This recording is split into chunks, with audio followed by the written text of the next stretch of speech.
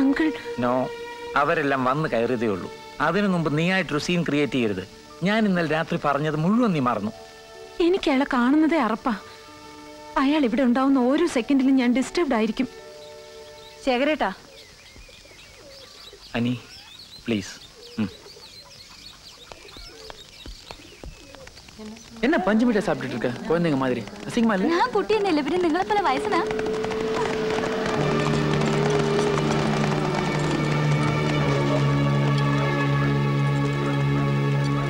லட்சுமி வந்து ஜீப்ல ஏறு. എന്തിന്? உன்னை ரெங்கண்ணன் கூட்டிட்டு வர சொல்லிருக்காரு. അയ്യടാ, ചെങ്കണ്ണൻ വിളിച്ചാ വരാതിരിക്കല്ലേ ഞാൻ. പോടാ. വേണ്ട ലക്ഷ്മി, വാ. ஏய், என் கைக்கு வேலை கொடுக்காத. மரியாதையா சொல்றேன், வந்து ஜீப்ல ஏறு. டேய் கையை விடுடா. போடா.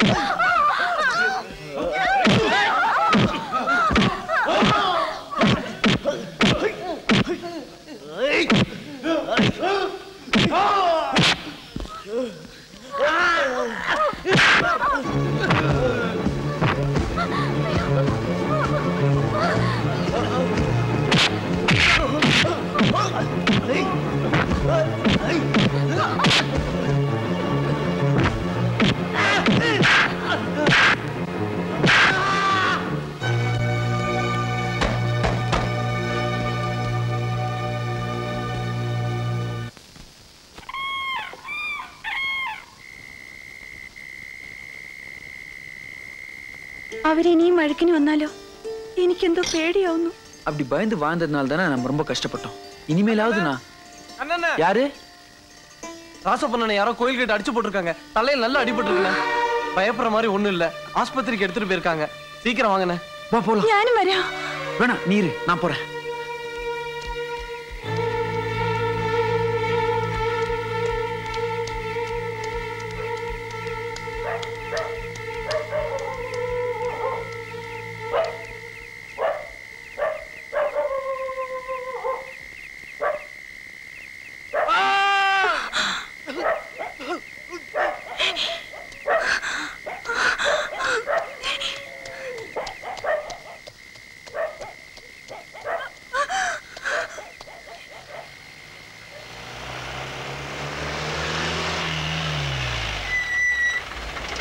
എന്താ ഉഷി രാത്രിയിൽ എങ്ങോട്ടാ? കണ്ണനെ ആരോ വീട്ടിൽ നിന്ന് ഇറക്കിക്കൊണ്ട് പോയി. എന്തോ അപകടമുണ്ട്.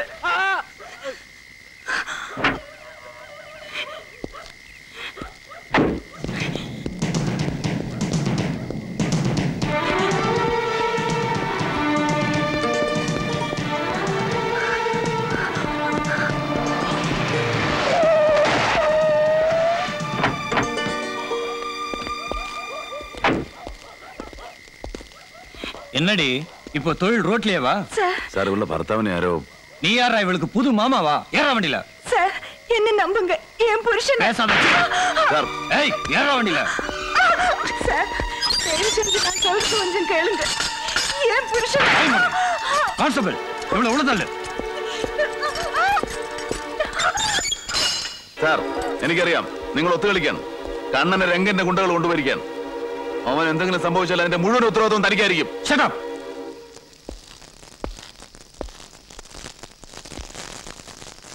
Constable.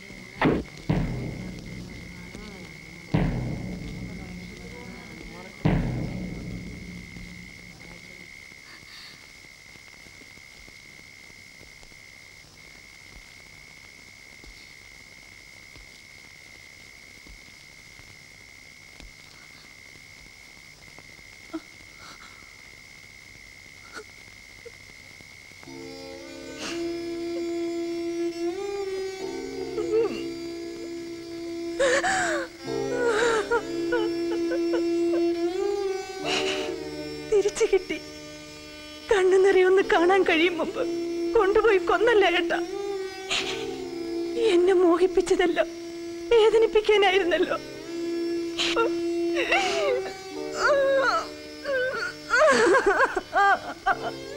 ഞാൻ എന്ത് പറഞ്ഞ മോളെ നിന്നെ ആശ്വസിപ്പിക്കും.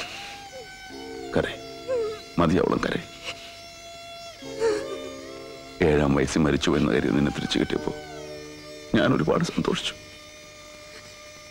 അതിനുള്ള ശിക്ഷയായല്ലോ മോളെ.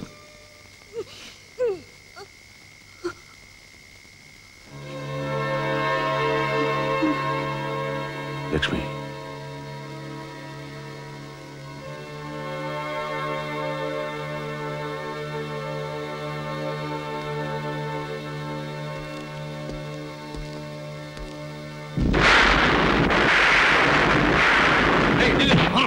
Yes, sir. Okay, sir. Hey!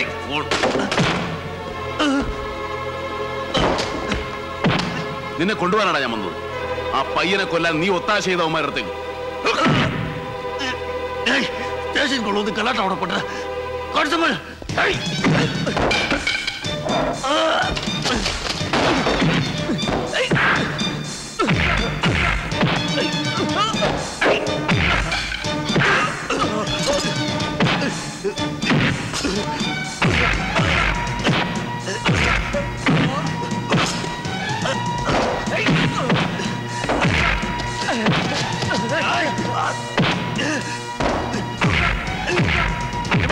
നിർത്താൻ. ശിവൻ, ശിവൻ, താൻ എന്ത് ഭ്രാന്തായി കാണിക്കുന്നത്? അതെ സാർ, എനിക്ക് ഭ്രാന്താണ്. ആ പെൺകുട്ടിയുടെ കരച്ചിൽ കേൾക്കുമ്പോൾ എന്റെ ഭ്രാന്ത് കൂടുതലാണ്. അത് മാറണമെങ്കിൽ ഇവരെ പോലെ പട്ടുകളൊക്കെ കൊല്ലണം. ശിവൻ, താൻ ഈ കാണിച്ചതിന് തന്നെ അറസ്റ്റ് ചെയ്ത് ലോക്കപ്പിടേണ്ടതാണ്. ചെയ്യണം സാർ. സാറിനെ കൊണ്ടതല്ലേ പറ്റൂ. സർക്കാരിന്റെ ശമ്പളം വാങ്ങി ഗുണ്ടകൾക്ക് കൈകളായി നിൽക്കുന്ന ഇവനെ പോലെയുള്ളവനെയൊന്നും തൊടാൻ പറ്റിയല്ലോ. Shivan, cool down. കണ്ണനെ കൊന്നവന്റെ പിന്നിൽ ആരുടെ കൈയാണെന്ന് എനിക്കറിയാം.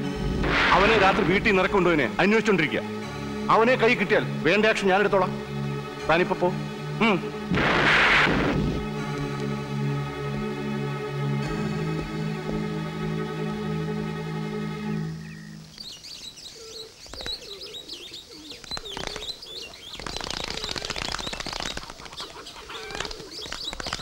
അരുണിന്റെ അച്ഛൻ വേണുമെന്നെ ശേഖരേട്ടൻ അറിയില്ലേ? ഡൽഹിയിൽ നിന്ന് അയാളുടെ പൊസിഷൻ എന്താ? ഇത്രയും കാലം അവിടെ ഉദ്യോഗത്തിലിരുന്നിട്ട് മോശമല്ലാത്ത റെപ്യൂട്ടേഷൻ അവിടുത്തെ മലയാളീസിന്റെ ഇടയിൽ ഞങ്ങൾക്കും ഉണ്ടല്ലോ. എല്ലാം ഇവളൊരുത്തി കാരണം നശിച്ചു എന്ന് പറയാം. ആളുകളെ ഫേസ് ചെയ്യാൻ കഴിയാതെ ഞാനും ചേട്ടനും ഒളിക്കുക. എല്ലാവർക്കും ചോദിക്കാൻ ഈ ഒരു വിഷയമേ ഉള്ളതാനും. അവളൊരു കൊച്ചുകുട്ടിയല്ല. സ്വന്തം ജീവിതത്തെക്കുറിച്ച് അവൾക്ക് അവളുടേതായ ചില കാഴ്ചപ്പാടുകളുണ്ട്. എന്ത് കാഴ്ചപ്പാട്? പിടിച്ചു വലിച്ചുകൊണ്ടായി കല്യാണം നടത്താൻ എനിക്ക് അറിയാഞ്ഞിട്ടൊന്നുമല്ല. നീ അവളോട് സംസാരിച്ചോ? എങ്ങനെയാ സംസാരിക്കുന്നത്? ഞങ്ങളെ കണ്ടപ്പോഴേ ചതുർത്തി കണ്ട പോലല്ലേ മുഖം ഇരിക്കുന്നത്. ചെറുപ്പം തൊട്ടേ അവൾ പ്രോബ്ലം ചൈൽഡ് ആയിരുന്നു. അങ്ങനെ പറയരുതില്ലേ. അവളുടെ മനസ്സ് ശരിക്കും വേദനിക്കുന്നുണ്ട്. അത് നമ്മൾ കാണണ്ടേ. രാധേടത്തെ പുറത്തു നിന്ന് കമന്റ്സ് പറയാൻ ആർക്കും എളുപ്പമാണ്. ഒരു കുഞ്ഞിനെ പെറ്റു വളർത്തി എടുക്കുന്നവർക്ക് അതിന്റെ വേദനയും പ്രയാസമൊക്കെ മനസ്സിലാവും.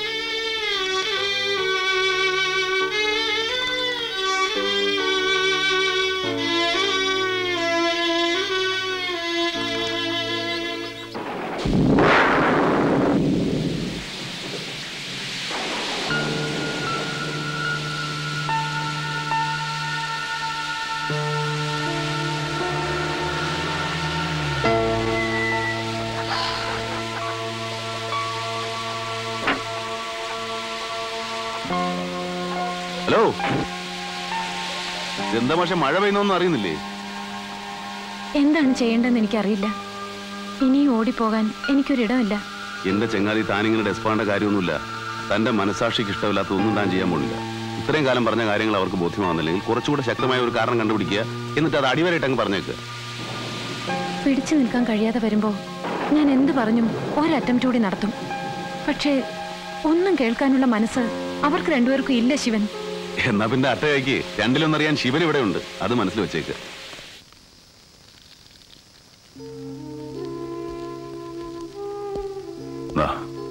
എന്തൊക്കെയാണെന്ന് അറിയില്ല. ലക്ഷ്മിയെ കൊണ്ട് വായിപ്പിച്ചതാ.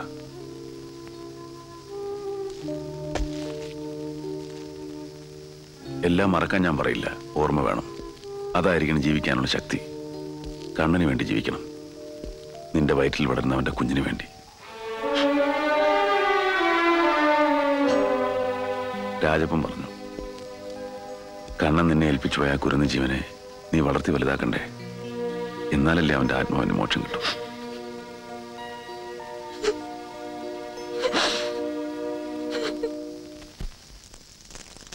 അവളുടെ അഹങ്കാരം വേറൊന്നുമല്ല.